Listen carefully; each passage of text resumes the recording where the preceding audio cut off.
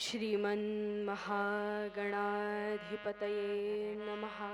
श्री सरस्वत्यै नमः। श्री गुरुभ्यो नमः।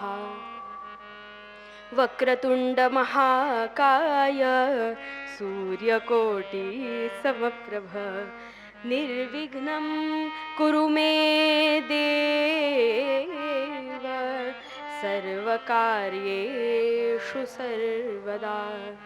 सजयति सिन्दूरवदनो देवो यत्पादपङ्कजस्मरणं वासरमणिरिव तमसां राशिन्नाशयति विघ्नानाम् अविरलमदजलनिवहं भ्रमरकुलानिकसेवितकपोलम् अविमतफलदातारं कामेशं गणपतिं वन्दे। या कुन्देन्दुतुषारहारधवला या शुभ्रवस्त्रामृता या वीणावरदण्डमण्डितकरा या श्वेतपद्मासना या ब्रह्माच्युतशङ्करप्रभृतिभिर्देवैः सदा वन्दिता सा मां पातु सरस्वती भगवती निःशेषजाड्यापहा। ॐ नमस्तस्मै भगवते नारदाय महात्मने कामक्रोधविहीनाय ऋषीणां प्रवराय च। गुरुर्ब्रह्मा गुरुर्विष्णुः गुरुर्देवो महेश्वरः गुरुः साक्षात् परब्रह्म तस्मै श्री गुरवे नमः। सदा सर्वदा योग तुझा घडावा तुझे कारणी देह माझा पडावा। उपेक्षू नको गुणवंतानंता रघुनायका मागणे हेच आता। पुंडलिक वरदा हरिविठ्ठल श्री ज्ञानदेव तुकाराम पंढरीनाथ महाराज की जय। माऊली ज्ञानेश्वर महाराज की जय। जगद्गुरु तुकाराम महाराज की जय। अंबा माता की जय। महारुद्र हनुमान की जय। मंगलमूर्ती मोरया जय जय रघुवीर समर्थ।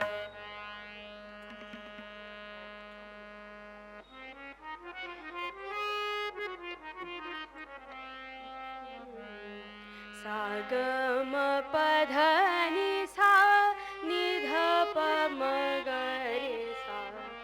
राम कृष्ण हरि जय जय राम राजा राम। राम कृष्ण हरि जय जय राम। राम कृष्ण हरि जय जय राम राजा राम।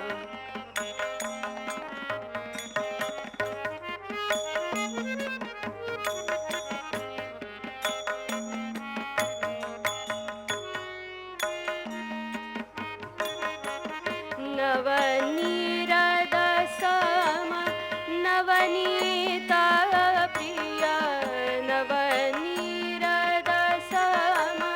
नवनीत प्रिय नवर विनोद विहारी राजा राम।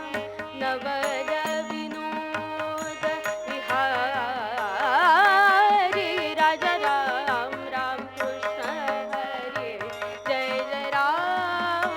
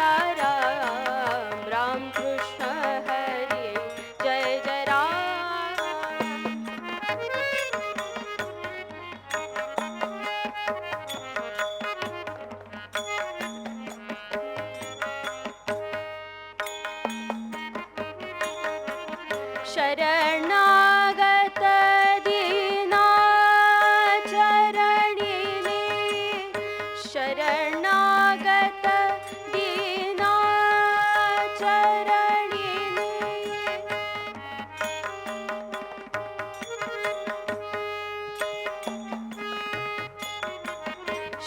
शरणागत दीना चरणिनी करुणा दृष्टी निहारी राजा राम राम कृष्ण हरी जय जय राम राजा राम राम कृष्ण हरी जय जय राम राजा राम राम कृष्ण हरी जय जय राम राजा राम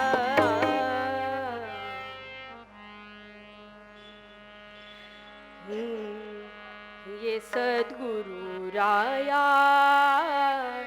कीर्तनी ये सद्गुरु राया राया ये सद्गुरु राया कीर्तनी ये सद्गुरु राया राया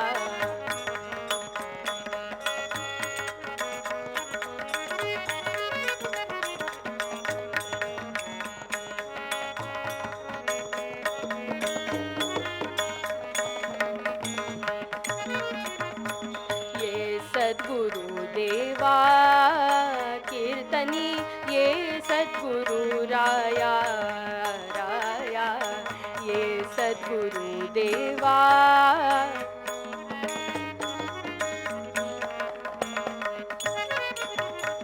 ही नदी न परी मनास वाटे ही नदी न परी मनास वाटे इच्छा तव गुण गाया कीर्तनी इच्छा तव गुण गाया श्री हरि ये सद्गुरु राया राया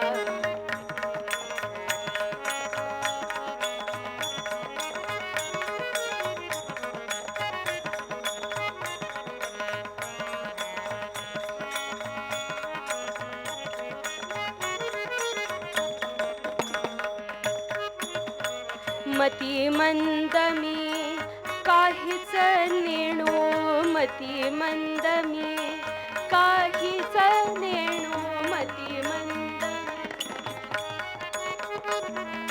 मती मंदमी काहीच नेणू सांख्य अथवा न्याया श्री हरी सांख्य अथवा न्याया श्री हरी ये सद्गुरु राया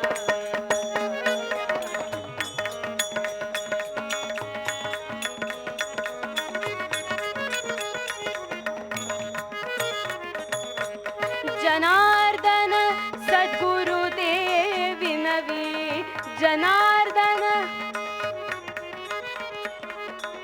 जनार्दन सद्गुरु ते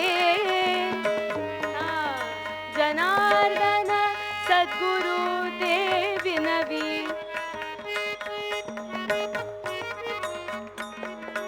जनार्दन सद्गुरु देविनवी निरंजनी चाराया सद्गुरु निरंजनी चाराया सद्गुरु ये सद्गुरु राया राया ये सद्गुरु देवा कीर्तनी ये सद्गुरु राया राया ये सद्गुरु राया कीर्तनी ये सद्गुरु राया राया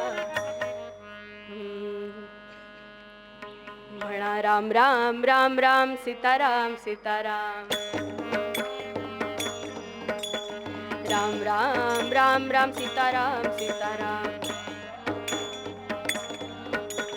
राम राम राम राजा राम सीताराम राम राम राम सीताराम सीताराम राम राम राम राम सीताराम सीताराम राम राम सीताराम सीताराम राम राम राम राजा राम सीताराम राम राम राम सीताराम सीताराम राम राम राम राम सीताराम सीताराम राम राम राम राम सीताराम सीताराम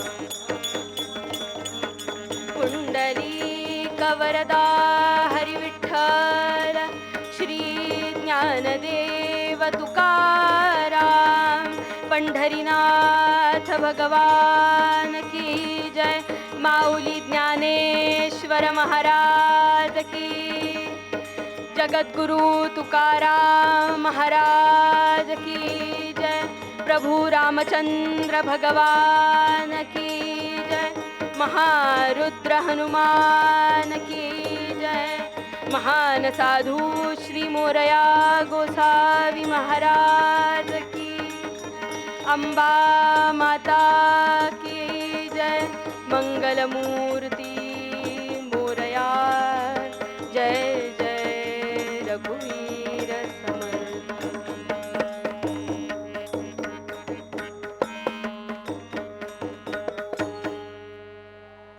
म्हणा पांडुरंग हरी वासुदेव हरी पांडुरंग हरी वासुदेव हरी पांडुरंग हरी वासुदेव हरी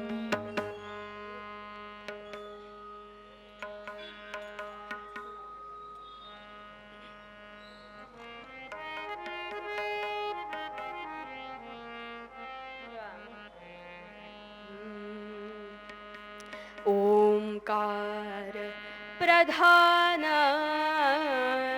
रूप गणेशाचे ओंकार प्रधान रूप गणेशाचे हे देवांचे जन्मस्थान ओंकार प्रधान रूप गणेशा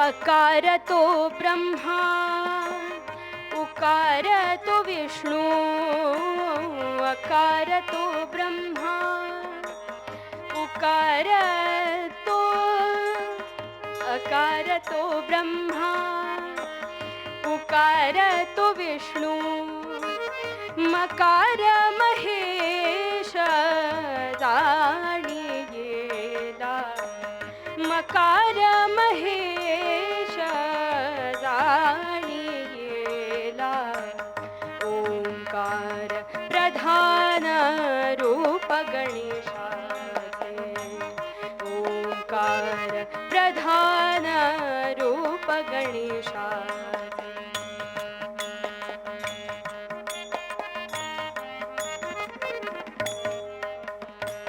ऐसे तिन्ही देव जेथोनी उत्पन्न ऐसे तिन्ही देव जेथोनी उत्पन्न तो हा गजानन माय बाप तो हा गजानन माय बाप ओंकार प्रधान रूप गणेशाचे ओंकार प्रधान रूप गणेशाचे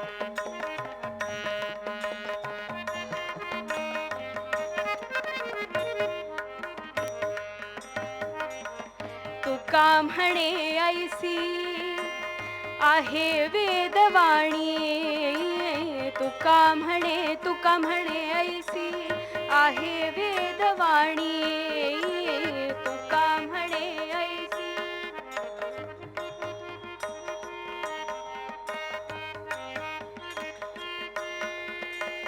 आहे वेदवाणी तुका म्हणे ऐसी आहे वेदवाणी पहावे पुराणी व्यासांची या, पहावे पुराणी व्यासांची या.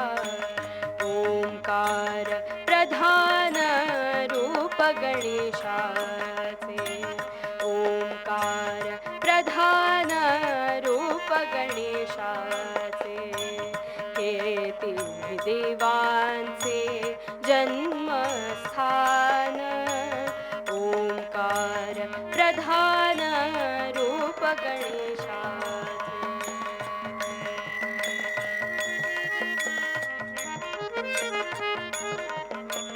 रूप गणेशाचे, रूप गणेशाचे, रूप गणेशाचे.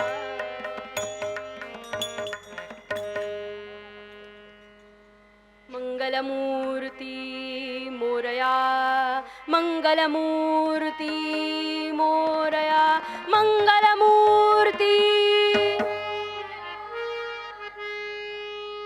श्रोते हो, नुकतीच उत्सवाला सुरुवात झाली आहे. हनुमान जयंतीपासून साधारण 200हून जास्त वर्ष या उत्सवाला झालेली आहेत. आणि या उत्सवामध्ये मला आज कीर्तन सेवेची संधी मिळते, त्याबद्दल मी संपूर्ण मंडळाच्या प्रति कृतज्ञ आहे, कृतज्ञता भाव व्यक्त करते. आणि मारुतीरायांसमोर कीर्तन करायचं आहे, त्यामुळे मुळातच बुद्धिमतां वरिष्ठम असल्याने विषयही तोच घ्यावा असा भाव मनामध्ये आला. का तर कालच सुंदर असं ताईंचं कीर्तन झालंय, आज दुसरा दिवस आहे आणि आमचं जे आराध्य आहे त्याचं जे चरित्र आहे ते तुमच्यापर्यंत पोचावं अशी इच्छा प्रकट झाली. म्हणून तर गणपतीविषयी जेव्हा तुकाराम महाराज बोलतात आणि त्यांचं जे वाङ्मय आहे ते इतकं विस्तृत आहे. खरं तर तुकाराम गाथा आपण वाचली तर आपल्याला पाहायला मिळेल. आणि असे तुकाराम महाराज ज्यांचं आराध्य खरं तर आहे विठ्ठल, त्यांना जळी स्थळी काष्ठी पाषाणी विठ्ठलच दिसतो. वृक्षवल्ली आम्हा सोयरे वनचरे, पक्षीही सुस्वरे आळविती. सगळीकडे त्या पक्ष्यांच्या बोलण्यातून सुद्धा त्यांना विठ्ठलच ऐकू येतो. झाडाखाली बसल्यानंतर सुद्धा त्याच्या सानिध्यात मी विठ्ठलाच्याच सानिध्यात बसलो आहे असा ज्यांचा भाव आहे ते म्हणतात ओंकार प्रधान रूप गणेशाचे, हे तिन्ही देवांचे जन्मस्थान. आपल्या सगळ्यांनाच माहितीये की जाग्रत, स्वप्न आणि सुषुप्ती या ज्या आपल्या 3 अवस्था आहेत, यांच्या पलीकडे म्हणजे तुरीय ब्रह्म ज्याला आपण म्हणतो, हे जे प्रणव स्वरूप असणारं जे काही प्रकरण आहे, जे आपल्या सगळ्यांना पचायला अवघड जातं, ज्याला आपण ओंकार असं म्हणतो. आपल्या सगळ्याच संतांनी ठिकठिकाणी भारत भ्रमण केलेलं आपल्याला दिसतं. वेगवेगळ्या ठिकाणी ते गेलेत. तिकडे जात असताना त्या यात्रेदरम्यान त्यांनी अनेकांचा उद्धार केला आणि त्या यात्रेला त्यांनी असं म्हणलं कल्याण यात्रा. म्हणून समर्थ जेव्हा म्हणतात कल्याण करी रामराया, तेव्हा आमचं कल्याण कर असं जेव्हा म्हणायचंय तेव्हा कल्याण कोणत्या अर्थी आहे, तर कल्याण म्हणजे मोक्ष, कल्याण देणारा असा माझा रामराय. तर ही जी कल्याण यात्रा आहे ही सगळे संत करत असत. आणि ते कशासाठी करतायत, तर माझ्या बरोबर मला जे तत्व कळलं आहे ते इतरांनाही समजावं, या सगळ्याच्या पलीकडे आम्हाला जाता यावं. ही जी चराचर सृष्टी व्यापलेली आहे, जी भगवंतानीच व्यापलेली आहे, पण तरी सुद्धा याच्या पलीकडचा असा निर्गुण निराकार परब्रह्म आम्हाला समजावा, उमजावा. आणि तो कसा आहे, ओंकार स्वरूप आहे. आता ओंकारामध्ये किती मात्रा येतात, 3.5 मात्रा येतात, बरोबर बुवा. अकार, उकार, मकार आणि ओम आपण जे म्हणतो तो जो हलंत्य आहे, तर ती अर्धी मात्रा म्हटली. आता महाराष्ट्रात प्रामुख्याने 3.5 या गोष्टीला फार महत्त्व दिलंय. आपल्याकडे 3.5 मुहूर्त आहेत. 3.5 शक्तिपीठ जशी देवीची आहेत तशीच 3.5 शक्तिपीठ ही गणपतीची देखील आहेत. त्यातलं आद्य आणि मुख्य असणारं भूस्वानंद क्षेत्र म्हणजेच मोरगाव. त्यानंतर जालन्याला एक आहे, त्यानंतर पद्मालय म्हणून एक आहे, आणि जे अर्ध क्षेत्र म्हणतात ते म्हणजे चिंचवड. चिंचवडला जिथे मोरया गोसावींची समाधी आहे त्या समाधीवरती जो समाधी विनायक चिंतामणींनी स्थापन केलेला आहे ते म्हणजे अर्धपीठ. असा हा प्रणव स्वरूप असलेला गणपती हा काय सांगितला तुकाराम महाराजांनी? प्रधान सांगितला. म्हणजे सगळ्यात आधी त्याचं स्मरण करायचंय, त्याला वंदन करायचंय. म्हणून आपण काय म्हणतो? विद्यारंभे विवाहे च प्रवेशे निर्गमे तथा संग्रामे संकटे चैव विघ्नस्तस्य न जायते. कधी कधी त्याचं स्मरण करायचंय विद्यारंभे. म्हणून आपण काय म्हणतो? ज्याला ज्याला विद्या हवी असेल त्यांनी आधी गणपतीचं स्मरण करायचं. म्हणून समर्थांनी जे 205 श्लोक लिहिले त्यात सुद्धा सुरुवातीला आधी गणरायाचं स्मरण केलं.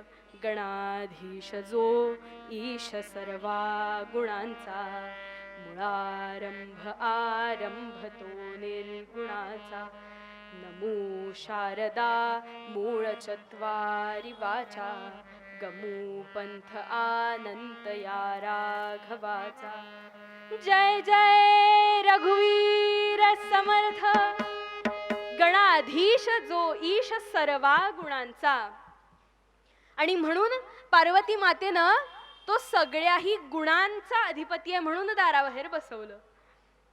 का तर ह्याला सगळे गुण येतात आणि म्हणून गणांचा पण अधिपती बनवलं. हा शिवगणांचा अधिपती असा गणपती. या गणाधीश जो ईश सर्वा गुणांचा, मुळारंभ आरंभ तो निर्गुणांचा. म्हणून हे जे प्रणव स्वरूप आहे ते आपल्याला साधं सोपं समजणारं असं नाहीये. ज्याला आकार उकार नाहीये ते निर्गुण आहे. आणि म्हणून मोरगावचा सुद्धा जो गणपती आहे जो आपल्याला पाहायला मिळतो, आत्ता आपण ज्याचं दर्शन घेतो, तो मूळ नाही असं म्हणतात. याचं कारण मूळ भूस्वानंद जो आहे तो पाश अंकुश असं धारण केलेला आहे, ज्याला 3 नेत्र आहेत. पण त्याचं तेज इतकं आहे की कलियुगामध्ये ते आपल्या सर्वसामान्यांना सहन होणार नाही. म्हणून श्रीकृष्णाने त्याच्या भोवती आधी पत्रा लावलाय. आणि मग आता जो आपल्याला दिसतो असा वालुकामय गणपती ज्याचं आपण दर्शन घेतो, पण वास्तविक पाहता एका हातात मोदक आणि एक हात त्याने मांडीवर ठेवलेला आहे असं त्याचं स्वरूप आहे. असा माझा जो मयुरेश्वर आहे, जो ज्याला ब्रह्मणस्पती असं आपण म्हणतो.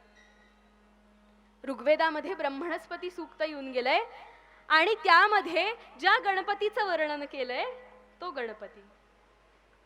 आणि म्हणून तो प्रधान आहे. आपण पाहिलं की कोणतंही संकट येऊ नये म्हणून मंगलाचरण करत असताना आपण आधी म्हणतो वक्रतुंड महाकाय सूर्यकोटी समप्रभ निर्विघ्नं कुरु मे देव सर्व कार्येषु सर्वदा. का तर पुढे जाऊन कोणतं संकट येणार आहे, कोणत्या अडचणी येणार आहेत हे आम्हाला ठाऊक नाहीये.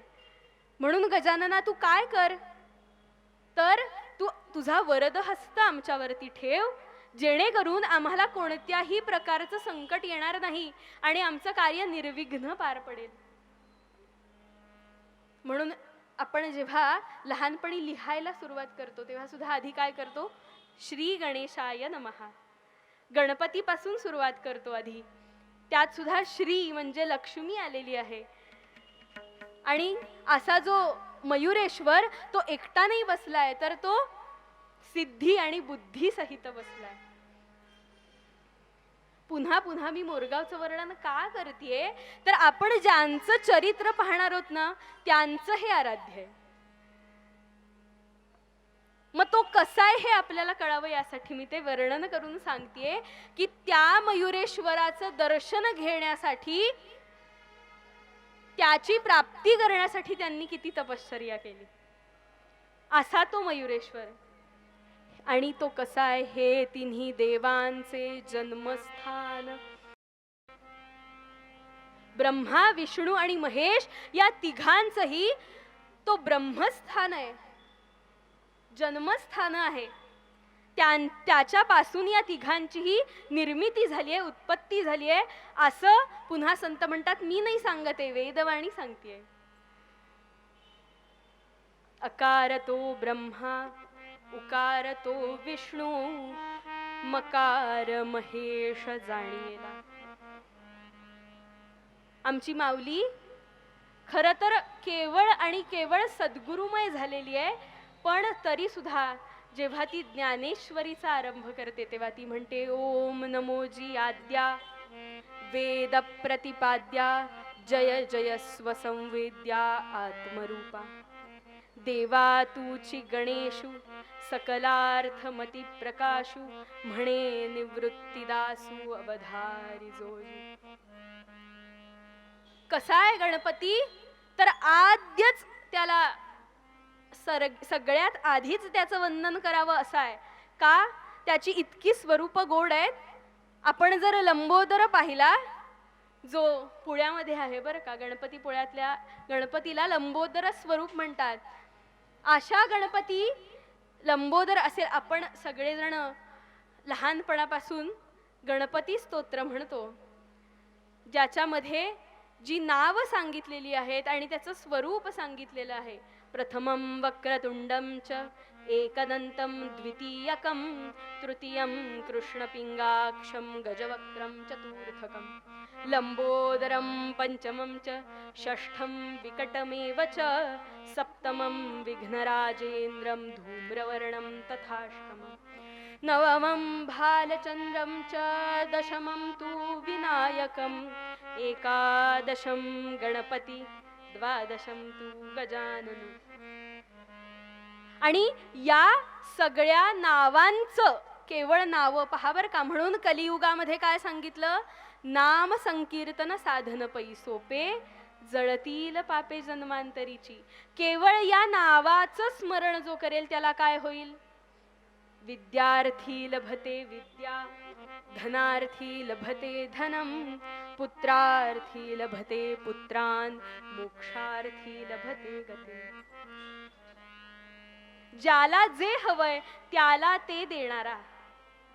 आणि म्हणून प्रधान. जेव्हा आपण एखाद्या गोष्टीला आधी हेच माझं सगळं काही आहे असं म्हणतो, जे त्यांनी पुढे सांगितलं, ऐसे तिन्ही देव जेथोनी उत्पन्न, तोहा गजानन माय बाप. म्हणून जे जे माझं मला वाटतं त्या सगळ्या गोष्टीला आपण आई वडिलांची उपमा देतो की नाही. त्वं नो माता त्वं पिता प्तोधिपस्त्वं त्राता योगक्षेमकृत् सद्गुरुस्त्वं त्वं सर्वस्वं नो प्रभो विश्वमूर्ते घोरात् कष्टादुद्धरास्मान् नमः. त्वं नो माता त्वं पिता प्तोधिपस्त्वं त्राता योगक्षेमकृत् सद्गुरुस्त्वं. म्हणून तो आपला योगक्षेम करणारा आहे. ऐसे तिन्ही देव. कुठले हे तीन देव? ब्रह्मा, विष्णू आणि महेश, ज्यांची उत्पत्ती याच्यापासून झाली, तो हा गजानन मायबाप. आता निर्मिती कुणापासून होते? स्वाभाविकच जर आई वडील असतील तर त्यांच्यापासून निर्मिती होते. आपल्या सगळ्यांनाच माहिती आहे की आपण सगळेजण आधी एवढूसे होतो. केवढे होतो? चिंचेच्या पाना एवढे होतो. खूप सुंदर अभंग आहे. चिंचेच्या पानावर देऊळ रचिले, आधी कळस मग पायारे. पण हे सगळं आपण आज जगामध्ये वावरतोय. आपल्याला मोठं कुणी केलं? तो हा गजानन मायबाप. म्हणजे जरी आम्हाला थोडीफार अक्कल आता आलेली असली तरी जेव्हा ती नव्हती, जेव्हा आम्हाला चालण्याचीही क्षमता नव्हती, आम्हाला केव्हा भूक लागते हेही आम्हाला कळत नव्हतं, त्या वेळा आमच्या कोण पाळत होतं? तो हा गजानन मायबाप. मग जेव्हा आपण म्हणतो कलऊ चंडी विनायकऊ, कलियुगामध्ये देवीचं आणि गणपतीचं जो करेल तो या कलियुगातून तरुण जाईल. आणि म्हणून जर आई वडिलाच मानलं त्या गणपतीला किंवा आपल्या आराध्याला असं म्हणा, तर आई वडिलांना आपण रोज नमस्कार करतो की नाही? घरातून निघताना आई वडिलांना आपण रोज नमस्कार करतो. आणि जर तुमच्या घरातले करत नसतील तर त्यांना हे संस्कार लावा. का तर आपले आई वडील हे काय स्वरूप आहेत हे सुद्धा गजाननानेच दाखवून दिलं. जेव्हा पृथ्वी प्रदक्षिणा करायची होती तेव्हा आई वडिलांना बसवलं आणि त्यांच्या भोवती 3 प्रदक्षिणा घातल्या आहेत. आणि कार्तिकेयाच्या आधी याच्यात झाल्या हो प्रदक्षिणा घालून. कशा झाल्या? तो हा गजानन मायबाप. आणि म्हणून संत म्हणतात आधी आम्ही ते करतो आणि मग सांगतो. समर्थांची गोष्ट सगळ्यांनाच माहिती आहे गोळाच्या खड्याची, पण ज्या संतांचा आदर्श आम्ही घ्यायचा ते संत काय म्हणतात? तुका म्हणे ऐसी आहे वेदवाणी, पहावे पुराणी व्यासांची. अहो तुम्ही ज्या गणपतीला एवढं अधोरेखित करून सांगताय त्याचं काय महत्व आहे? व्यासांनी इतकी पुराण उपपुराण लिहिली, त्यामध्ये गणपती विषयी जर आपल्याला पाहायचं असेल तर गणेश पुराण आहे. आणि त्याही पेक्षा विस्तृत माहिती जर आपल्याला जाणून घ्यायची असेल तर उत्तम असं मुद्गल पुराण, ज्याचा सुद्धा संदर्भ पुन्हा मोरगावशीच येतो बरं का. जे सदानंद योगींद्र आहेत, योगींद्राचार्य, यांना साक्षात मयुरेश्वरांनी येऊन मुद्गल पुराण सांगितलं. ते मोरगावच्या मंदिरात कायम बसलेले असायचे, आपली ध्यानधारणा करत असायचे, पण तरी सुद्धा काही केल्या समाधान मिळत नाहीये अशी भावना त्यांची निर्माण झाली. मग हे समाधान मिळेल कसं? मयुरेश्वरासमोर गेलेत, अगदी गयावया करतात. आणि हे जे योगी पुरुष असतात की नाही, हे भगवंताकडे केवळ मूर्ती म्हणून पाहत नाहीत. ते कसे पाहतात? अजम निर्विकल्पम निराकारमेकं निरानन्दमानन्दमद्वैतपूर्णं परं निर्गुणं निर्विशेषं निरीहं परब्रह्मरूपं गणेशं भजेम. परब्रह्मरूपं गणेशं भजेम. गुणातीतमानं चिदानन्दरूपं चिदाभासकं सर्वगं ज्ञानगम्यं मुनिध्येयमाकाशरूपं परेशं परब्रह्मरूपं गणेशं भजेम. परब्रह्मरूपं जगत्कारणं कारणज्ञानरूपं सुरादिं सुखादिं गुणेशं गणेशं जगद्व्यापिनं विश्ववन्द्यं सुरेशं परब्रह्मरूपं गणेशं भजेम.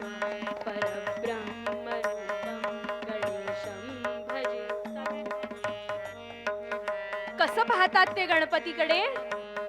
अजम निर्विकल्पम निराकारमेकं निरानन्दमानन्दमद्वैतपूर्णं. अद्वैत स्वरूप आहे. म्हणून परब्रह्मरूपम गणेशं भजेम.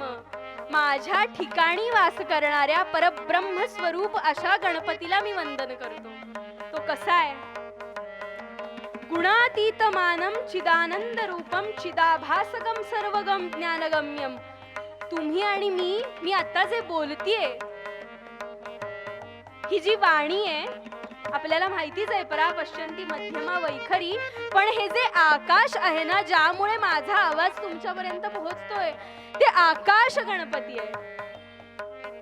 म्हणून परब्रह्मरूपं गणेशं. पण असा जो गणपती माझ्या फार जवळचा आहे तो कसा आहे?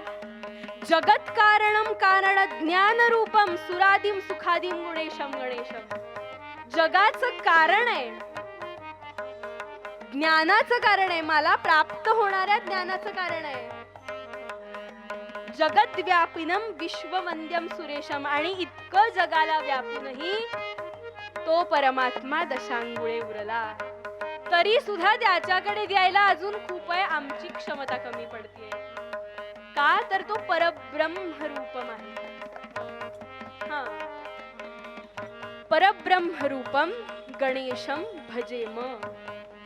अशा त्या गणपतीची सेवा उपासना माझ्याकडून होवो गजानना. असं पुन्हा गजाननालाच म्हणतोय.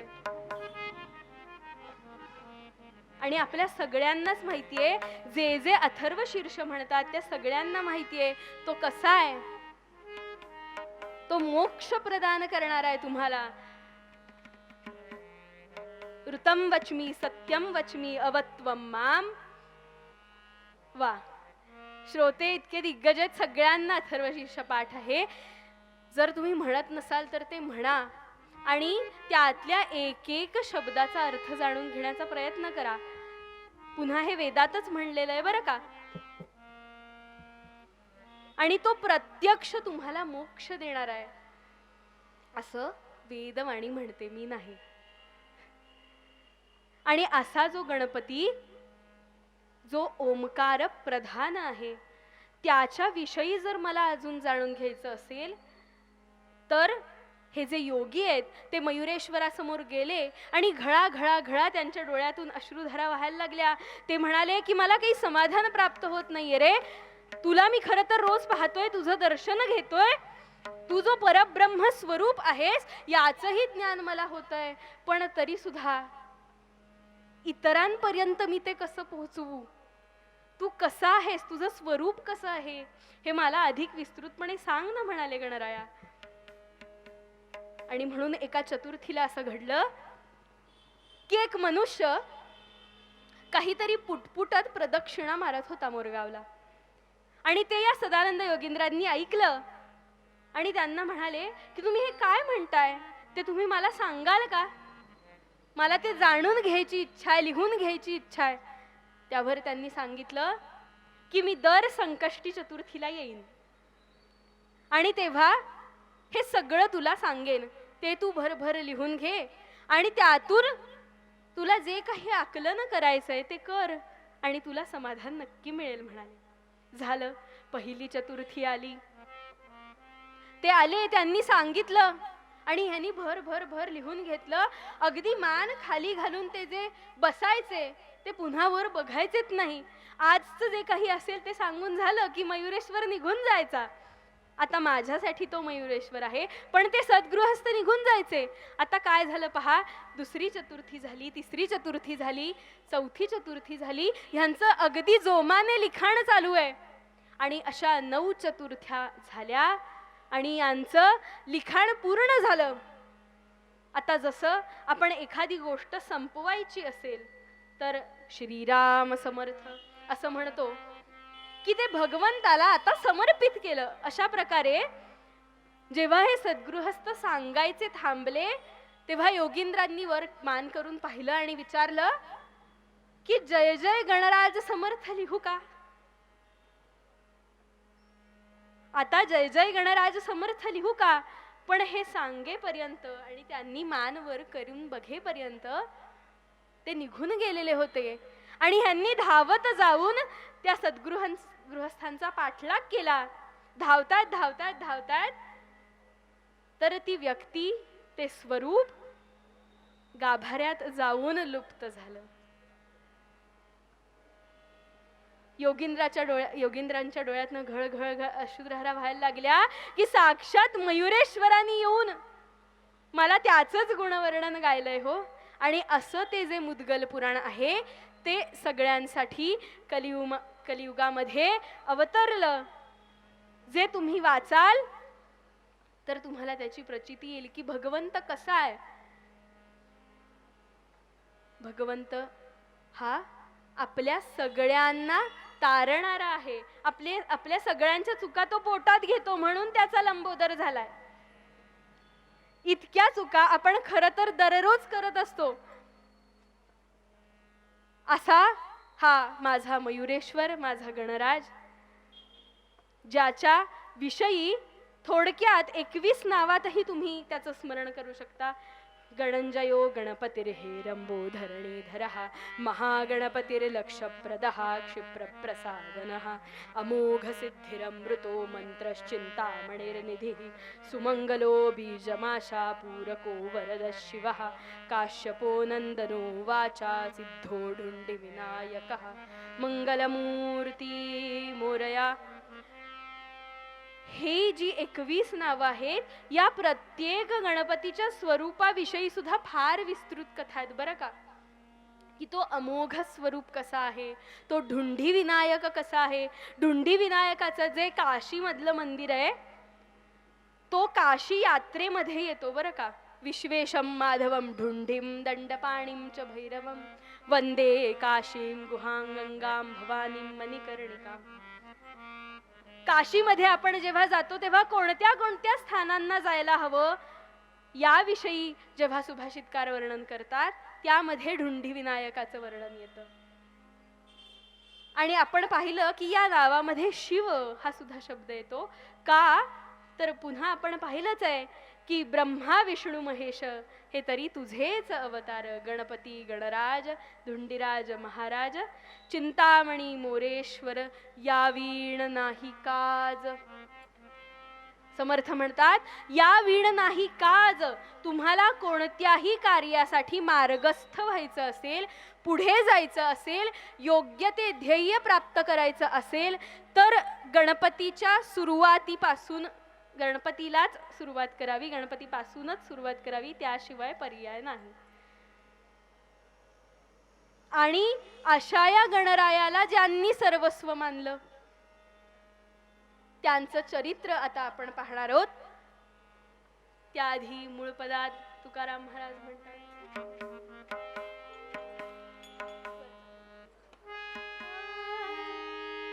सा नि सा रे सा नि पध नि सा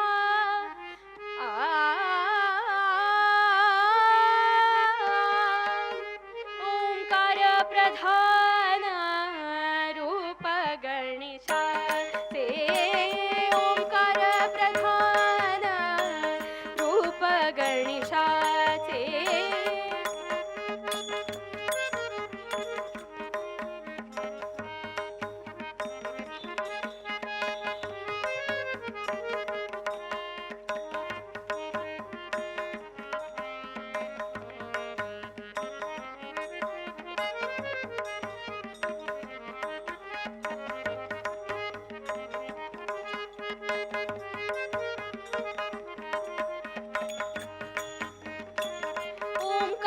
प्रधान रूप गणेशाचे हे तिन्ही देवांचे जन्मस्थान.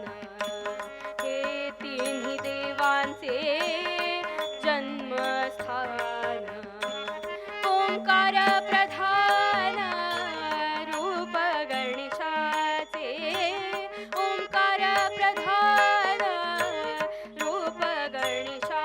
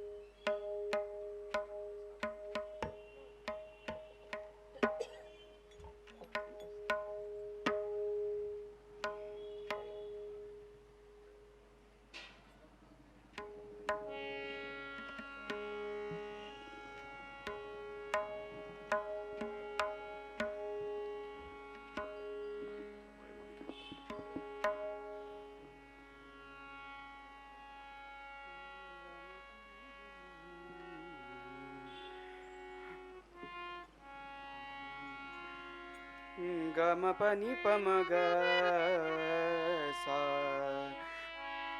गम पनि नि नि सा नि पम ग सा गणप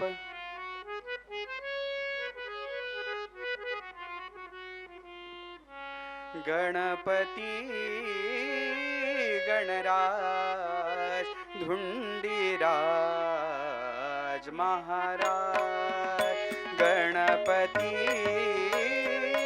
गणराज धुंडीराज महाराज चिंतामणी मोरेश्वर चिंतामणी मोरेश्वर या विण नाही काज या विण नाही काज गणपती गणराज धुंडीराज महाराज गणपती गणराज धुंडीराज महाराज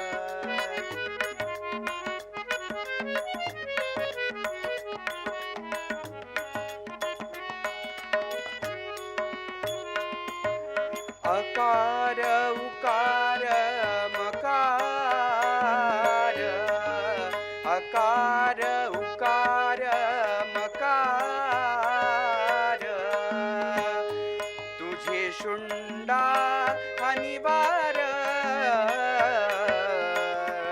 तुझे शुंडा अनिवार ब्रह्मा विष्णू महेश ब्रह्मा विष्णू ब्रह्मा विष्णू ब्रह्मा विष्णू महेश हे तरी तुझेच अवतार हे तरी तुझेच अवतार गणपती गणराज धुंडीराज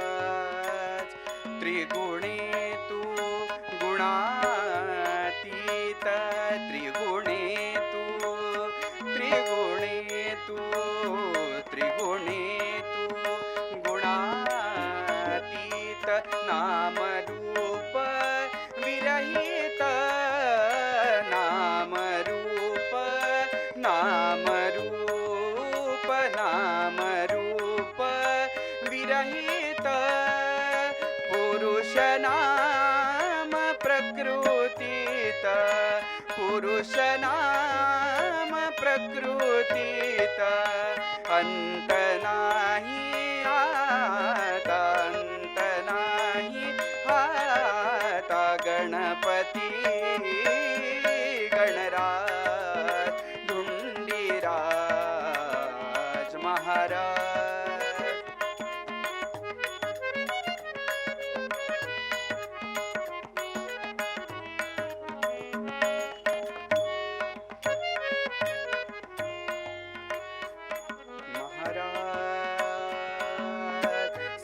सच्चिदानंद देवा देवा सच्चिदानंद देवा सच्चिदानंद देवा आदि अंत तुलाच ठावा आदि अंत तुलाच ठावा आदि अंत आदि अंत आदि अंत तुला ठावा दास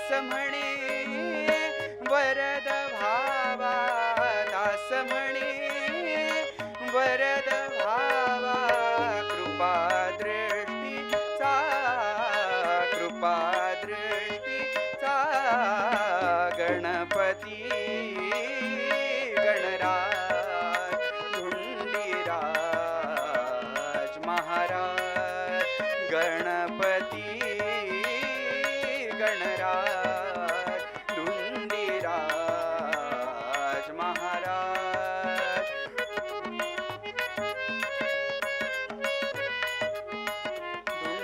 धुंडीराज महाराज चिंतामणी मोरेश्वर चिंतामणी चिंतामणी चिंतामणी मोरेश्वर या विण नाही काज या विण नाही काज गणपती गणराज धुंडीराज महाराज गणपती गणराज धुंडीराज महाराज गणपती गणराज धुंडीराज महाराज धुंडीराज महाराज धुंडीराज महाराज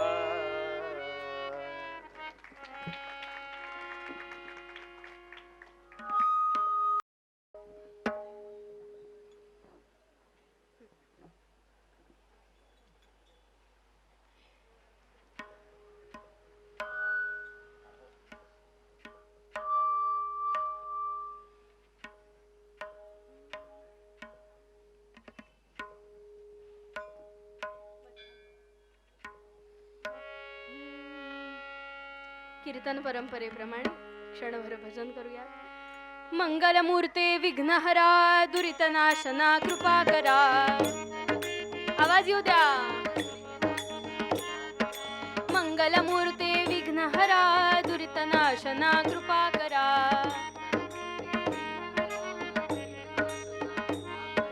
मंगलमूर्ते विघ्नहरा दुरितनाशना कृपा करा.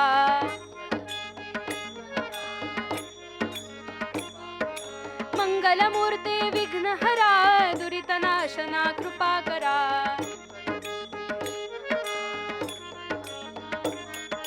मंगलमूर्ते विघ्नहरा दुरितनाशना कृपा करा.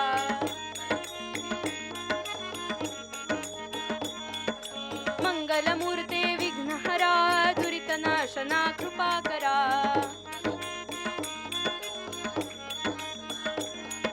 मंगलमूर्ती मोरया महारुद्र हनुमान की जय. महान साधू श्री मोरया गोसावी महाराज की जय. मंगलमूर्ती मोरया जय जय रघुवीर समर्थ.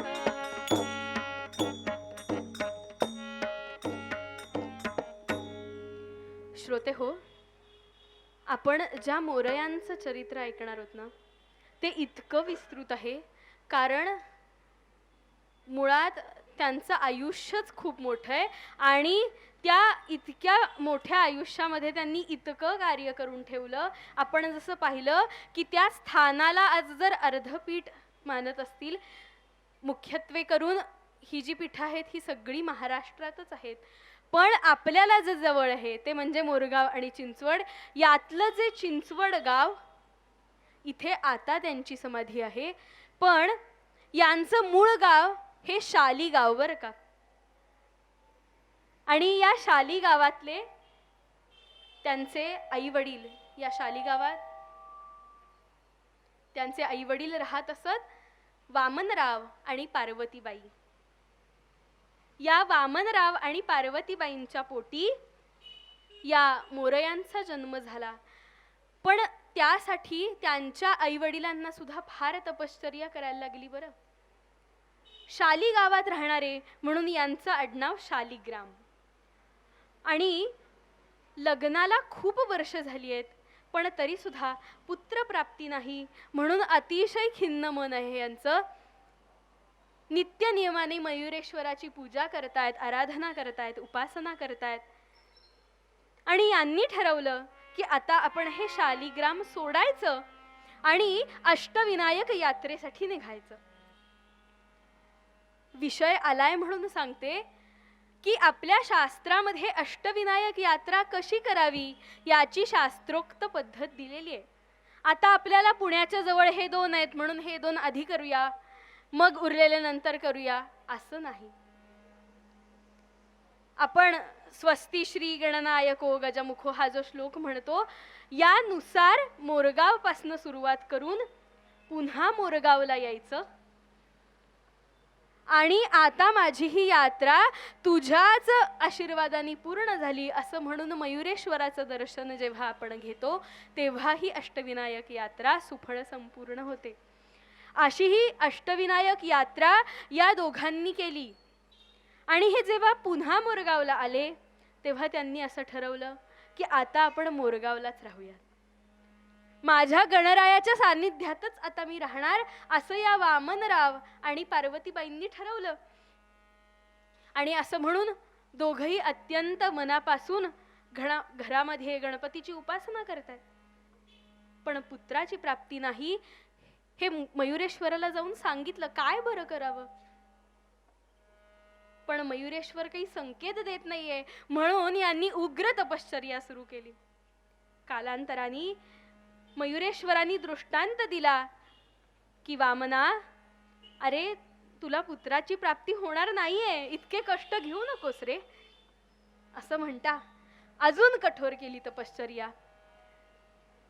पुन्हा मयुरेश्वर आला. मयुरेश्वरांनी सांगितलं, अरे असं करू नकोस, तुला खरंच पुत्राची प्राप्ती नाही होणार, किती ती आराधना करशील, मी प्रसन्न झालोय, त्या व्यतिरिक्त काय हवंय ते माग. पण यांनी सांगावं की तुझंच कार्य पुढे चालावं यासाठी मला पुत्र हवाय. आणि म्हणून अजून कठोर केली तपश्चर्या आणि साक्षात मयुरेश्वरांनी येऊन सांगितलं की तुला पुत्र हवाय ना, मीच येतो तुझ्या पोटी. आणि असं म्हणून साक्षात मयुरेश्वर प्रसन्न झालाय आणि पार्वतीबाईंना जे पुत्ररत्न प्राप्त झालं. किती सुंदर प्रसंग आहे पहा.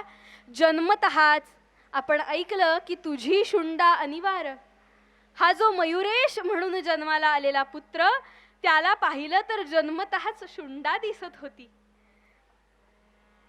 आणि ही खूण पाहिली मात्र आणि वामनरावांना पटलं की माझ्या पोटी मयुरेश्वरच आलाय म्हणून मयुरेश्वर असं नाव ठेवलं बालकाचं. बालकाचं नाव काय ठेवलं पहा, मयुरेश्वर असं नाव ठेवलं.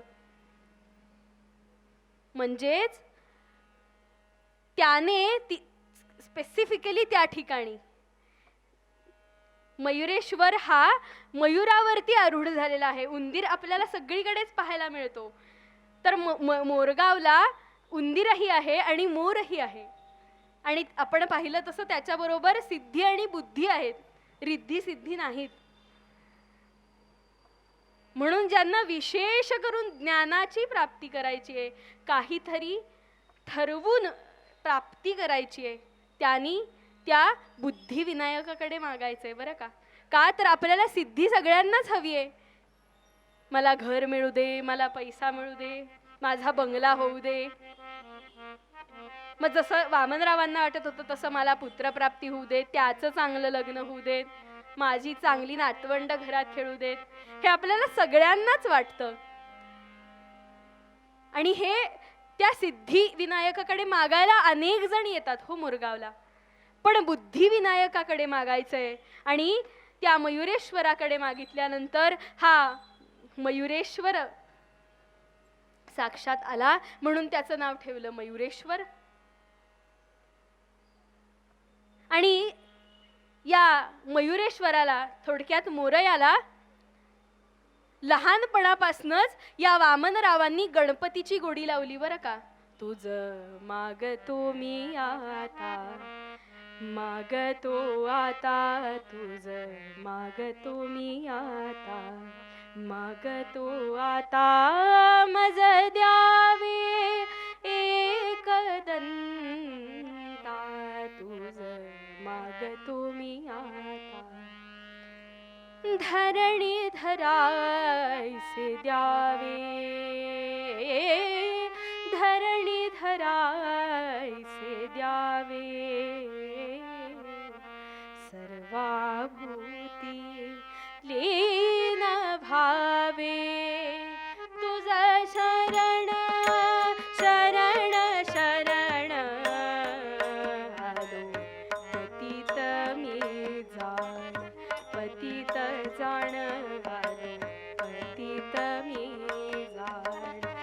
पतित जाण मज द्यावे एकदंता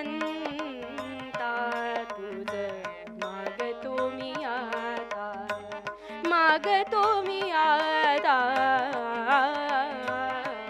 तुझ मागतो मी आता. चालू ठेवा.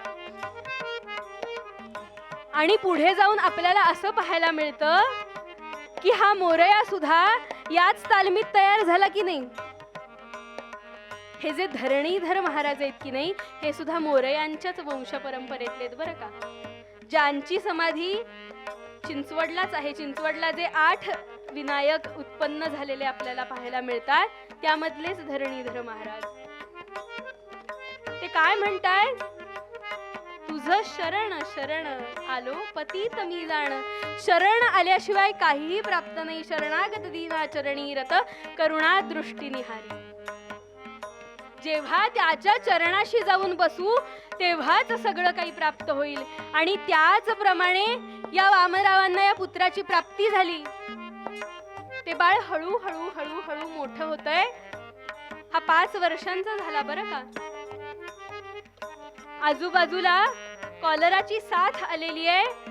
भयंकर असा ताप आलाय या मोरयाला. आता हा जगतोय की वाचतोय. हा वाचला पाहिजे बरं म्हणून पुन्हा मयुरेश्वराकडेच गेलेत की ह्याला वाचव बाबा, असं काही करू नकोस. पुन्हा शरण गेलेत भगवंताला. आणि हा मोरया जसा जसा मोठा होतोय ना तसा तसा त्याची गणपती प्रतीची असलेली भावना, तो हा गजानन माय बाप, ही सगळं काही माझी माऊली गणपतीच आहे अशी होतीये, दृढ होतीये. आई वडिलांपेक्षा घरात असण्यापेक्षा हा मंदिरातच जास्त दिसू लागला. आज मयुरेश्वराला काय अर्पण करू बरं, त्याला काय दिल्यावर छान वाटेल. म्हणून माझी मयूरपुरी हीच पंढरी असं मोरया एका पदात म्हणतात. माझी मयूरपुरी हीच पंढरी. कारण पंढरीला कशी चंद्रभागा आहे तशी इथे करहा नदी आहे. आणि त्या करहा नदीमध्ये नित्य नियमाने जावं, आपली स्नान संध्या करावी, तिथेच उभं राहून तपश्चर्या करावी. आणि वडिलांना हे सगळं पाहून इतका आनंद होतोय की तुझं शरण शरण आलो पतित मी जाण. हा आपल्या गणरायाला पूर्णपणे शरण गेलेला आहे. आणि म्हणून हळूहळू हळू आई वडिलांची परिस्थिती बिकट होत चालली आहे. पण आई वडिलांनी या मोरयाला जवळ बोलवलं आणि सांगितलं की तू तुझी उपासना अशीच चालू ठेव बरं. आता मधल्या कालखंडामध्ये 8व्या वर्षी त्याची मुंज झाली आहे. मुंज झाल्यानंतर त्याला योग्य असे संस्कार व्हावेत यासाठी 4ही वेद, सगळ्या प्रकारची उपनिषद, पुराण यांचं शिक्षण ते देत आहेत. पण मुळातच त्यांना फार उशिरा हा मुलगा झाला असल्याने ते मोरयाला जवळ बोलवतात आणि सांगतात, मोरया तुझ्यासोबत आम्ही असलो काय नसलो काय, पण तुला मयुरेश्वराची उपासना कायम चालू ठेवायची आहे. पहा बरं का, आम्ही नसलो तरी सुद्धा लग्न कर, चांगलं घर बांध, तुझा अजून परिवार वाढू देत, असं काहीही वामनरावांनी मोरयाला सांगितलं नाही. ही गणपतीची जी उपासना आहे ती तुला कायम आयुष्यभर चालू ठेवायची आहे असा उपदेश केला. आणि कालांतराने आधी आई गेली आणि फार वय झालं असल्याने वडीलही गेले. आणि या मोरयाचं मन काही रमेना हो मोरगावात. म्हणून यांनीही ठरवलं की आपण आता अष्टविनायक यात्रा करून येऊयात. म्हणून मोरेश्वरापासून सुरुवात केली. आणि पुन्हा जेव्हा हा मोरगावात आला तेव्हा मोरया मयुरेश्वराला म्हणतोय की मी आलो खरा अष्टविनायक यात्रा करून आणि पुन्हा माझ्या घरीही आलो, पण समाधान काही मिळत नाहीये. काहीतरी चुकतंय, काहीतरी कमी पडतंय. मोरया मला योग्य मार्ग दाखव रे. मोरयाला विनवणी करतोय की तू सगळं काही आहेस माझं. गजानना गजानना गजानना गजानना करीत तुझसी प्रार्थना. गजानना गजानना करीत तुझसी प्रार्थना. कृपा सदैव ठेव तू मनात हीच कामना. गजानना गजानना कला विलास मंडिता अगाध ज्ञान पंडिता. अगाध ज्ञान पंडिता स्वरूप ओंकार तू जगासी देसी जीवना. गजानना गजानना गजानना गजानना करीत तुझसी प्रार्थना. कृपा सदैव ठेव तू.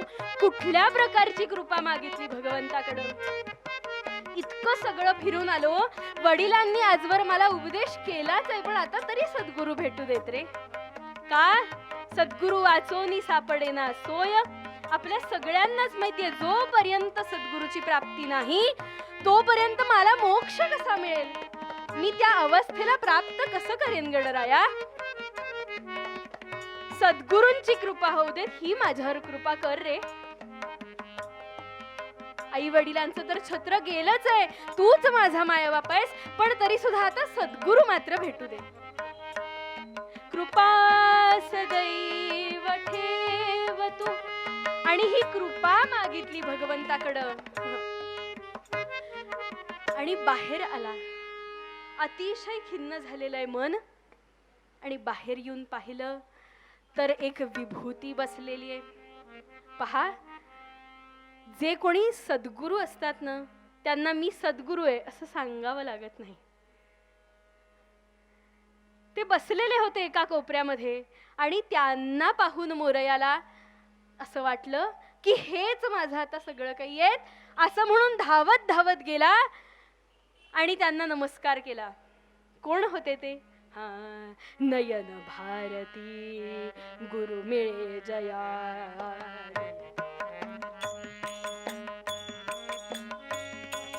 नयन भारती गुरु मिळे जया. नयन भारती. कोण आहे ते?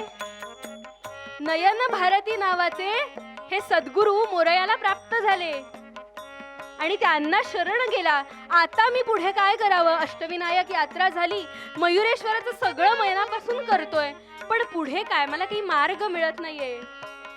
गुरु मिळे जया पाठीशी उभे राहती तया. पाठीशी उभे राहती तया. आणि सद्गुरु प्राप्ती झाली आणि त्यांनी उपदेश केलाय. काय केला? जावे थेउरी साधना करी. जावे थेउरी साधना करी. अंतरी सदा मोरया स्मरी. अंतरी सदा मोरया स्मरी.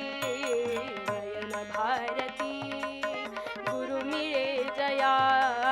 नयन भारती नयन भारती नयन भारती. झालं, आता मार्ग सापडलाय म्हणल्यानंतर गुरूंना वंदन केलं आणि लागलीच निघाले. मोरगाव आणि थेऊर तसं जवळच आहे अंतर. थेऊरला येऊन पोहोचले आणि चिंतामणीचं दर्शन घेतलं. पण सद्गुरूंनी काय सांगितलंय? जावे थेउरी साधना करी. अंतरी सदा मोरया स्मरी. साधनेसाठी आलेत म्हणून चिंतामणींचं दर्शन घेतलं आणि रानात जाऊन बसले एका दगडावरती. आणि इतकी कठोर तपश्चर्या केली. मग ती साधना करत असताना सर्प आला, पण तोही पावन झाला. वाघाला असं वाटलं की आता याला खाऊन टाकावा, आयतं मिळालेलं आहे आपल्याला भक्ष्य, म्हणून वाघाने जी उडी घातली तो वाघ सुद्धा तिथेच थांबला बरं का. आणि इतके चमत्कार या प्रक्रियेत घडले. पण त्या उग्र अशा तपश्चर्येनंतर चिंतामणी मात्र प्रसन्न झाला. चिंतामणी समोर येऊन उभा राहिला आणि त्या चिंतामणीला वंदन करतायत.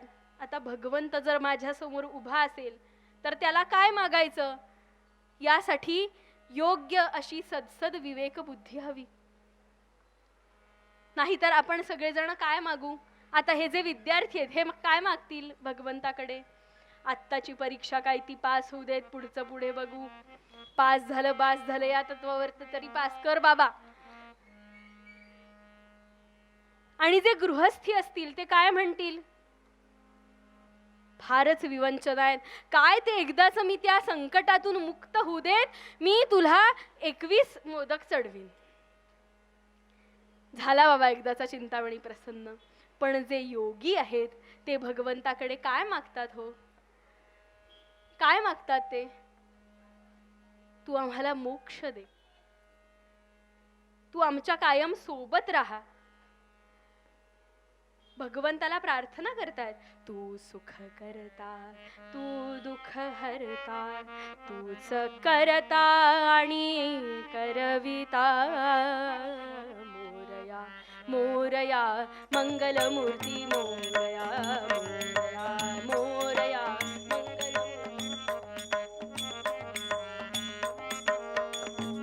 आणि भगवंताला म्हणतायत, हा देवा सरू दे माझे मी पण, तुझ्या दर्शनी उजळो जीवन. गरे सारे परे सारे गमग सामग गरे ग रे सारे सारे साने साने सा प म प सा प म प सा ध प म प प म प ग म प ग म रे म ग सा ग रे नि रे सा. देवा सरू दे माझे मी पण, तुझ्या दर्शने उजळो जीवन. नित्य करावे तुझेच चिंतन, तुझ्या धुळीचे भाळी भूषण सदैव राहो. ओठावरती तुझीच रे गुणगाथा, तू सुख करता तू दुःख हरता. मोरया मोरया मंगलमूर्ती मोरया, मोरया मोरया मंगलमूर्ती मोरया, मोरया मोरया मंगलमूर्ती मोरया, मोरया मोरया मंगलमूर्ती मोरया, मोरया मोरया. सगळ्यांनी टाळ्या वाजवा. मोरया मोरया मंगलमूर्ती मोरया, मोरया मोरया मंगलमूर्ती मोरया. चिंतामणी प्रसन्न झाला आणि त्याला मागितलं, देवा सरू दे माझे मी पण, तुझ्या आदर्शने उजळो जीवन. चिंतामणी तू मला प्रसन्न झालास, पण सद्गुरूंनी सांगितलं म्हणून मी तुझी उपासना केली बरं.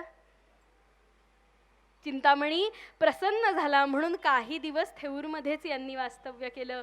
अतिशय मनापासून चिंतामणीची उपासना करतायत, प्रार्थना करतायत. चिंतामणी मोरेश्वर याविण नाही काज.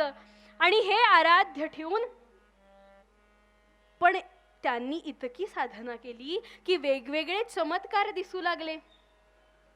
असेच साधना करत मोरया बसलेले असताना एक स्त्री त्यांना नमस्कार करण्यासाठी आली आणि हातात बांगड्या असल्याने नमस्कार करताना त्या वाजल्या खळखळ.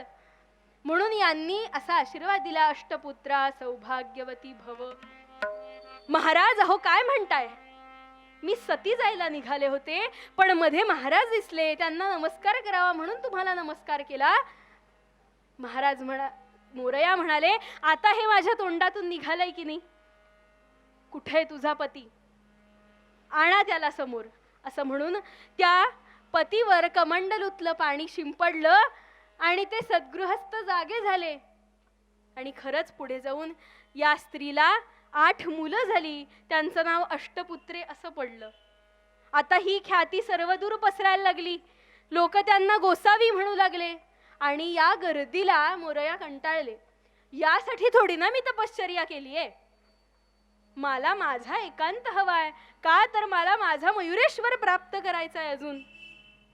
आणि या त्रासाला कंटाळून थेऊरमधून मोरया निघाले. आणि जशी वाट मिळेल तसे निघाले आणि चिंचवडला येऊन पोहोचले. चिंच आणि वड अशी एकत्र झाडं त्यांनी पाहिली. आणि ही पवित्र भूमी आहे असं म्हणून पवनेचा काठी एक झोपडी बांधली आणि तिथे मोरया राहू लागले. त्यांच्याकडे स्वतःचा असा सोन्याचा गणपती होता बरं पूजेत. त्या गणपतीची उपासना करतायत अतिशय मनापासून. आणि या पवने काठी राहत असताना जरी चिंचवडला राहत असले तरी मयुरेश्वराची फार आठवण येते. म्हणून दर विनायकीला हे मोरगावला येत असत दर्शनासाठी आणि पुन्हा चिंचवडला जात असत. आता मंगलमूर्तींची जी यात्रा आहे ती केवळ माघी आणि भाद्रपदी अशी होते. पण मोरया दर महिन्याला मोरगावला जात असत मयुरेश्वराच्या भेटीला. आणि अतिशय सर्वांना ठाऊक असणारा असा प्रसंग आहे की असेच जेव्हा मोरया त्यांचं तेव्हा फार वय झालं होतं आणि तेव्हा त्यांना काही काळ लागला तिथे पोचायला मोरगावला. 10 वाजता मंदिर बंद होतं आणि मंदिर बंद झाल्यानंतर ते मोरगावला पोहोचले. झाडाखाली बसले. मोरया, काही क्षण थांबू शकत नव्हतास का रे माझ्यासाठी? इतक्या लांबून आलोय तुझ्या दर्शनाला. डोळे मिटून मयुरेश्वराचं स्मरण करतायत आणि साक्षात मयुरेश्वर प्रसन्न झाला आणि तो म्हणाला की आता तुला माझ्या दर्शनाला इथे यायची गरज नाही, मीच तुझ्या बरोबर येतो. असं म्हणून पहाटे जेव्हा ते कऱ्हेत स्नान करत होते हातामध्ये तांदळा आला. त्या तांदळाची त्यांनी चिंचवडमध्ये स्थापना केली. जो मंगलमूर्ती वाड्यामध्ये आपल्याला पाहायला मिळतो तो जो मंगलमूर्तींचा तांदळा आहे तो मोरया गोसावी प्राप्त आहे. आता हे यांचा हा दिनक्रम चालू होता. 96 वर्षाचे झालेले होते बरं. आणि चिंतामणीने साक्षात स्वप्न दृष्टांत दिला की मोरया आता तुला लग्न करावं लागेल बरं. अरे हे काय सांगतोयस? इतकी वर्ष मी तुझी उपासना केली, साधना केली आणि आता 96व्या वर्षी मी लग्न करू? काय सांगतोयस हे गजानना? तेव्हा चिंतामणी सांगतो, मला तुझ्या पोटी जन्म घ्यायचा आहे त्यामुळे तुला लग्न करावं लागेल. त्यानंतर पुनावळ्यातले एक कुलकर्णी गृहस्थ ज्यांची मुलगी उमाबाई हे स्वतःहून आले मोरयांना भेटायला आणि त्या उमाबाईंचा विवाह मोरयांशी झाला. पहा बरं, 96व्या वर्षी मोरयांचं लग्न झालं. आणि या लग्नामध्ये असा प्रसंग घडला आणि तिथे मोरयांची काय उपासना आहे, काय गणेश भक्ती आहे, काय भाव आहे हे सगळ्यांना कळलं. लग्नातला प्रसंग आहे. पंगत बसलीये, मंडळी बसली आहेत जेवायला आणि असा प्रसंग घडला की वाढायला तूपच नाही. जे मागवलेलं तूप होतं ते अजून आलेलं नव्हतं. म्हणून सर्वजण मोरयांकडे आले की वरण भात वाढून झालाय, आता तूप नाहीये अजून वाढायला, आता काय बरं करावं? म्हणून मोरयांनी सांगावं, पवनामाई आपल्या शेजारीच आहे, 2 रिकामे हंडे घेऊन जा आणि पवनामाईचं पाणी भरून आणा. पवनामाईचं पाणी भरून आणलं मात्र आणि काय घडलं? त्या पाण्याचं तूप झालेलं होतं. सगळ्यांना तूप वाढलं, पंक्ती उठल्या आणि त्यानंतर मागवलेलं तूप आलं. पुन्हा सर्वजण मोरयांकडे गेले, आता याचं काय बरं करावं? तेव्हा मोरया सांगतात, जिथून आणलं तिथे सोडा. म्हणून ते तूप घेतलं आणि पवनामाईत सोडलं. तर पुन्हा त्या तुपाचं पाणी झालेलं होतं. इतके ते योगी होते, साधक होते. असे कितीतरी प्रसंग मंगलमूर्ती वाड्यात एकदा बसलेले असताना बघा प्रसंग काय आहे.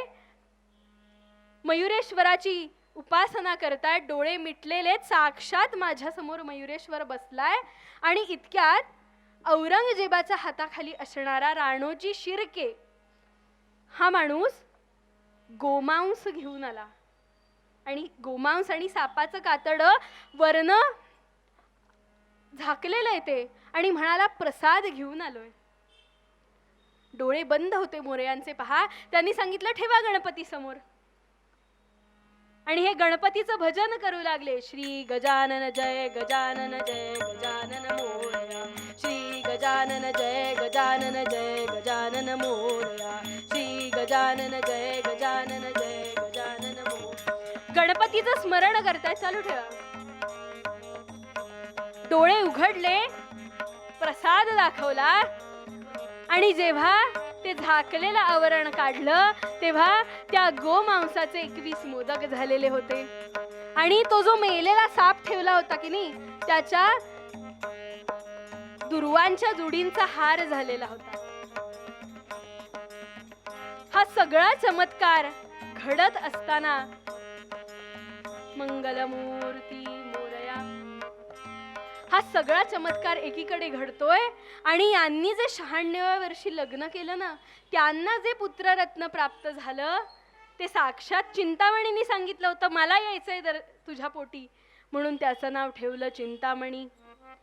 आणि या चिंतामणींनी सुद्धा पुढे इतकं मोठं कार्य केलं, इतकी पदं लिहिली. ज्या मयुरेश्वराचं आजतागायत प्रत्यक्ष दर्शन मोरयांना झालं नव्हतं ते दर्शन सुद्धा मयुरेश्वरांनी या चिंतामणीला दिलं. पण जेव्हा हे दर्शन झालं तेव्हा ते काय म्हणतात, भवश्रम हरला हो मोरया देखिला हो. इतकी सुंदर पद आहेत. पदांचा गाथा नावाचं जे त्यांच्या रचना त्यामध्ये आपल्याला पाहायला मिळतात. आजी आनंद आनंद मज भेटला एकदंत. आणि असा हा मयुरेश्वर त्यांना प्राप्त झाला आणि मोरयांची आज जिथे समाधी आहे मार्गशीर्ष वद्य षष्ठीला त्यांनी तिथे समाधी घेतली. त्याच्यावर चिंतामणी महाराजांनी समाधी विनायक स्थापन केला. का तर मोरयांनी जे काही तप केलं, जी काही उपासना केली त्याचा आशीर्वाद आपल्याही सगळ्यांना घेता यावा. काही काळ आपण त्या चैतन्यात राहू शकू. जशी माऊलींची संजीवन समाधी आहे तशीच मोरयांची सुद्धा संजीवन समाधी आहे बरं. म्हणून आपण त्यांना म्हणतो महान साधू मोरया गोसावी. आणि या संजीवन समाधीवरती जो समाधी विनायक बांधला त्याच्या समोर बसून हे चिंतामणी महाराज दरबार भरवत. हा छोटासा प्रसंग सांगते आणि मग आपण थांबू की आज सुद्धा रात्रीच्या नैवेद्यामध्ये 3 वेळेसचा आपल्या बाप्पाला नैवेद्य दाखवला जातो बरं, जसा पंढरपूरला दाखवला जातो. आणि त्यामध्ये सुद्धा भावना काय आहे पहा. सुरुवातीला पहाटे खिचडीचा नैवेद्य असतो. का तर तेव्हा तो बाल स्वरूपात आहे. लहान बालकांना आपण काय खायला देतो तशी मऊ खिचडी गणरायाला असते. दुपारी महानैवेद्य असतो का तर तो प्रौढ असतो तेव्हा, म्हणून पंचपक्वान्नांचा नैवेद्य. आणि रात्री तो वृद्धावस्थेत असतो म्हणून दूध भाताचा नैवेद्य असतो. पण याच बरोबर आपल्याला भिजवलेली डाळ ही जे कोणी मोरगावला जात असतील, थेऊरला जात असतील, चिंचवडला जात असतील आणि जर शेजारतीसाठी थांबत असतील तर त्यांना हा प्रसाद मिळेल. पंचामृत तीर्थ, दुधाचं तीर्थ मिळतं आणि त्याच्याबरोबर भिजवलेली डाळ असते, हरभऱ्याची डाळ. याचं कारण काय तर असाच दरबार भरलेला असताना चिंतामणी महाराजांकडे एक गरीब ब्राह्मण येतो आणि तो म्हणतो मला काहीतरी द्या जेणेकरून माझी ही गरिबी आहे ना ही पूर्णपणे संपेल. आता तिथे गणपतीसाठी जी गूळ डाळ खोबरं येत असे त्यातली एक मूठ चिंतामणी महाराज उचलतात आणि त्याच्या झोळीत घालतात. देऊन देऊन काय दिलं तर डाळ दिली असं म्हणून तो माणूस तिथून तावातावानी निघतो आणि ते जे काही मिळालेलं धान्य असतं ती डाळ असते ते तो पावनेमध्ये टाकून देतो.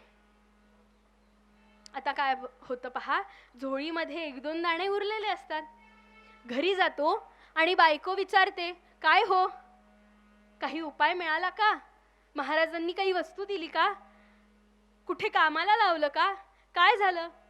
काही नाही म्हणाले, मुठभर डाळ दिली हातामध्ये. अहो कुठे मग? हे फेकून दिली म्हणे मी पवना माईत.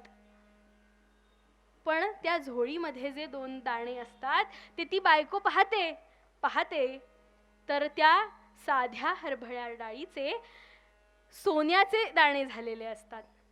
बायको पाहते पण झोळीमध्ये 2च दाणे उरलेले असतात. हा धावत जातो पवनामाईमध्ये पाहायला लागतो, पण असे शोधून मिळतील का हो? ते माशांनी खाऊन टाकलेले असतात.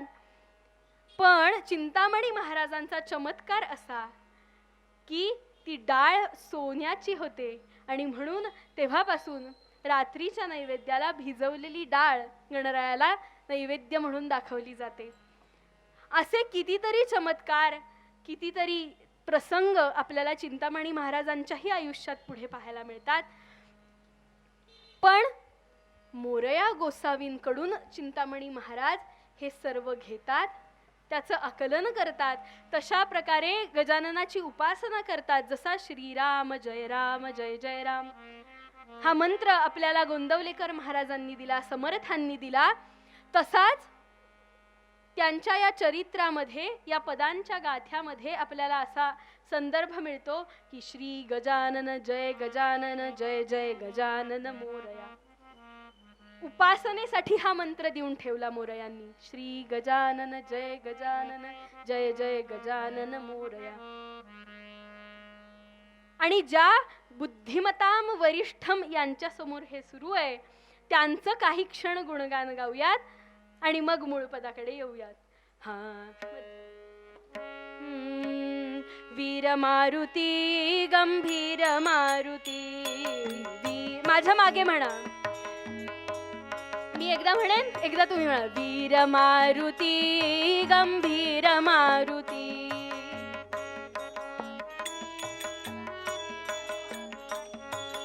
वीर मारुती गंभीर मारुती, वीर भक्त मारुती परम भक्त मारुती,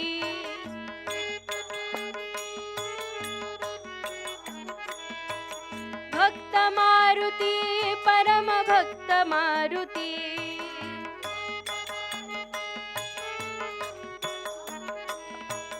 वीर मारुती गंभीर मारुती,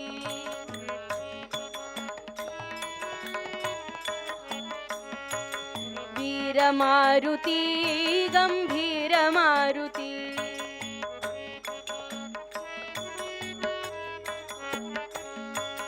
दूत मारुती रामदूत मारुती, आवाज येऊ द्या. दूत मारुती रामदूत मारुती,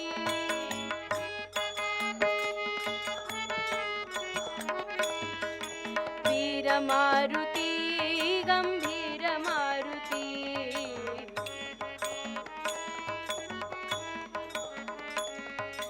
भक्त मारुती परम भक्त मारुती,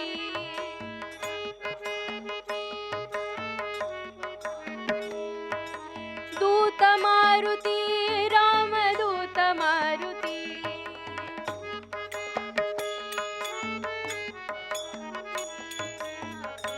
मारुती गंभीर मारुती,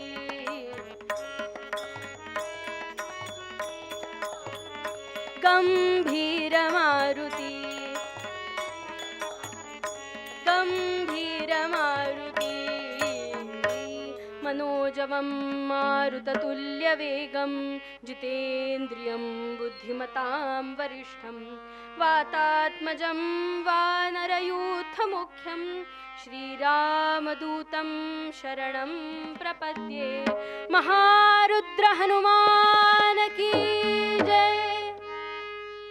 अशा या मारुतीरायाच्या चरणी आजची सेवा अर्पण करत असताना हे जे मोरया गोसावींचं चरित्र संक्षिप्त रूपामध्ये सांगण्याचा मी जो प्रयत्न केला त्यामध्ये जर काही चूक झाली असेल तर ती माझी, जे काही योग्य असेल ते गुरूंचं आणि सद्गुरूंचं असं म्हणून मूळ पदात तुकाराम महाराज जे म्हणतात ते ऐकायचं.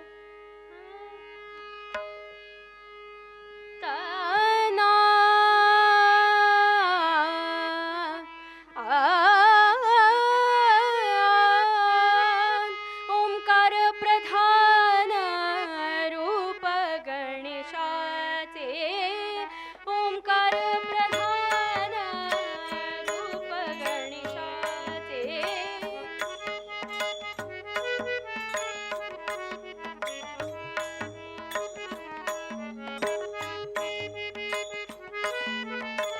रूप गणेशाचे, रूप गणेशाचे, रूप गणेशाचे.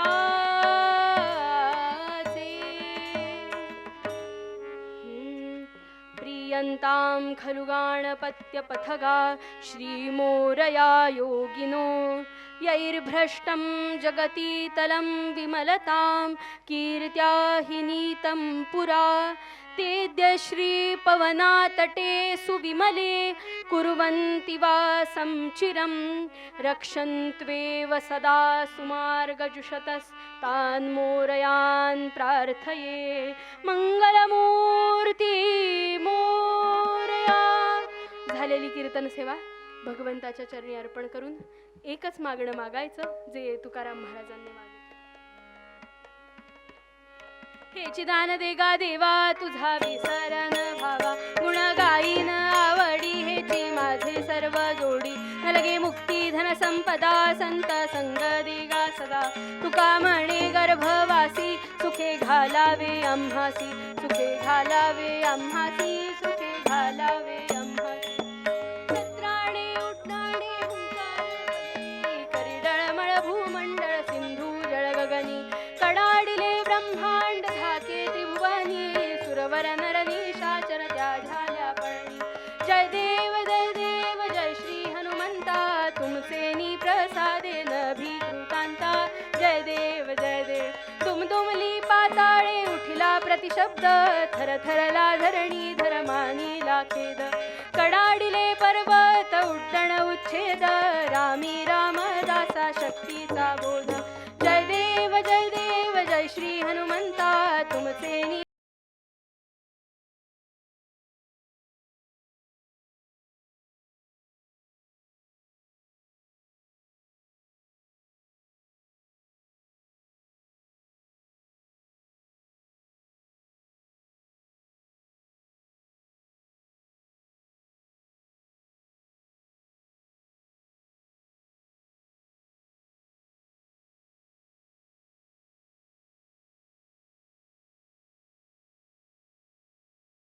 अच्युतं केशवं रामनारायणं कृष्णदामोदरं वासुदेवं गोपिका वल्लभं जानकी नायकं रामचन्द्रं भजे. हरे राम राम राम हरे हरे, हरे कृष्ण कृष्ण कृष्ण हरे हरे.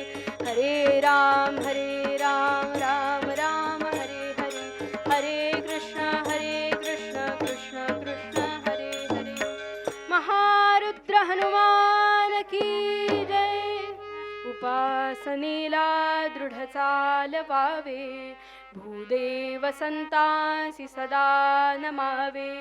सत्कर्मयोगे वय घालवावे, सर्वामुखी मंगल बोलवावे.